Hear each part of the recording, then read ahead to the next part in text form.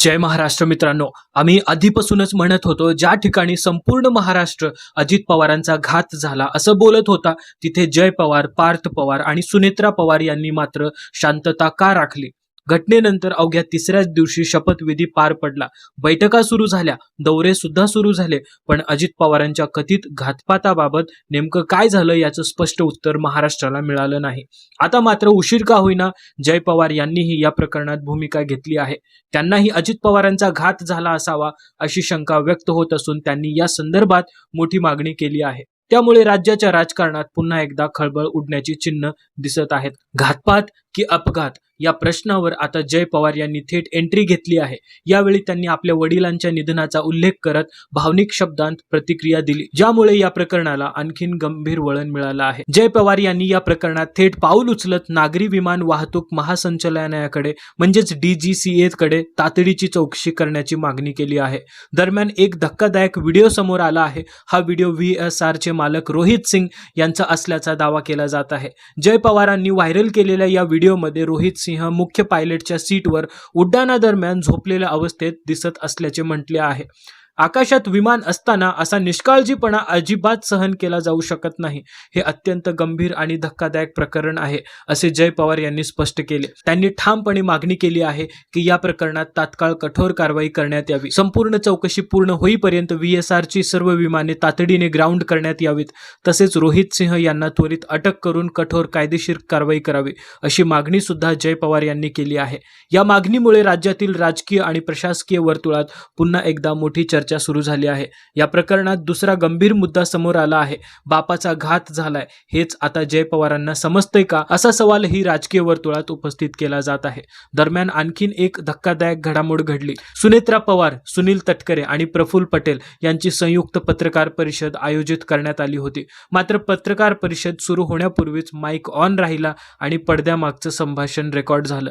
या रेकॉर्डिंगमध्ये आमदार सरोज अहिरे आणि आनंद परांजपे यांच्यातील संवाद स्पष्ट ऐकू येत असल्याचा दावा केला जात आहे. आमदार सरोज अहिरे म्हणताना ऐकू येतं की दादांजवळ जाऊ द्यायची संधी दिली नाही या माणसांनी, वहिनीजवळ तर जाऊ द्या, अशा आशयाचं वक्तव्य रेकॉर्ड झाल्याचं सांगितलं जात आहे.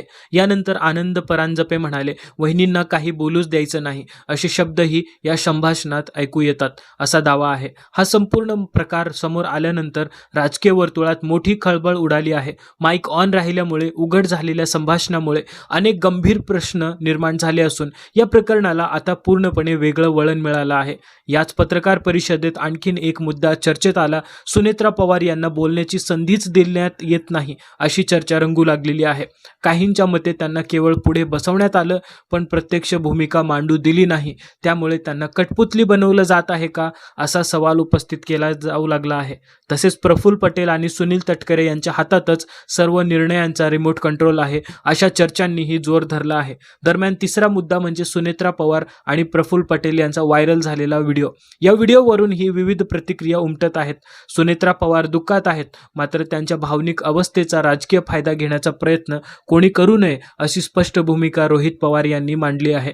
कोणी खांद्यावर हात ठेवत आहे, कोणी हात धरत आहे, अशा प्रकारच्या कृती योग्य नाहीत आणि या संवेदनशील प्रसंगी संयम पाळला गेला पाहिजे असा संदेश त्यांनी दिला आहे. या सर्व घडामोडींमुळे प्रकरण केवळ अपघात घातपाताच्या चर्चेपुरतं मर्यादित राहिलेलं नाही, तर आता त्याला स्पष्ट राजकीय परिणाम मिळाला आहे.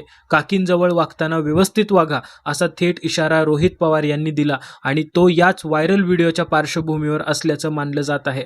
आता रोहित पवारांनी हा संपूर्ण खेळ उघड करण्यास सुरुवात केली आहे अशी चर्चा राजकीय वर्तुळात रंगली आहे. 10 जानेवारीपासून ते 2 फेब्रुवारीपर्यंत सातत्याने ते सरकारमधील काही मंत्री तसेच अजित पवार यांच्या पक्षातील काही नेत्यांवर थेट टीका करत असताना दिसत आहेत.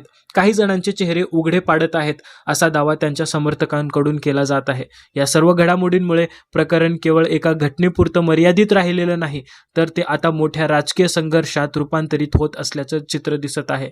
दरम्यान जय पवार यांनाही उशीर का होईना भूमिका घ्यावी लागली अशी चर्चा आहे. आपल्या वडिलांबाबत काहीतरी गंभीर घडलं असावं अशी भावना त्यांच्या वक्तव्यावरून व्यक्त होत असल्याचं बोललं जात आहे. आता या सगळ्या घटनाक्रमाचा शेवट नेमका कसा होणार, चौकशीतून काय निष्पन्न होणार आणि राजकीय समीकरणं कशी बदलणार हे पाहणं महत्त्वाचं ठरणार आहे.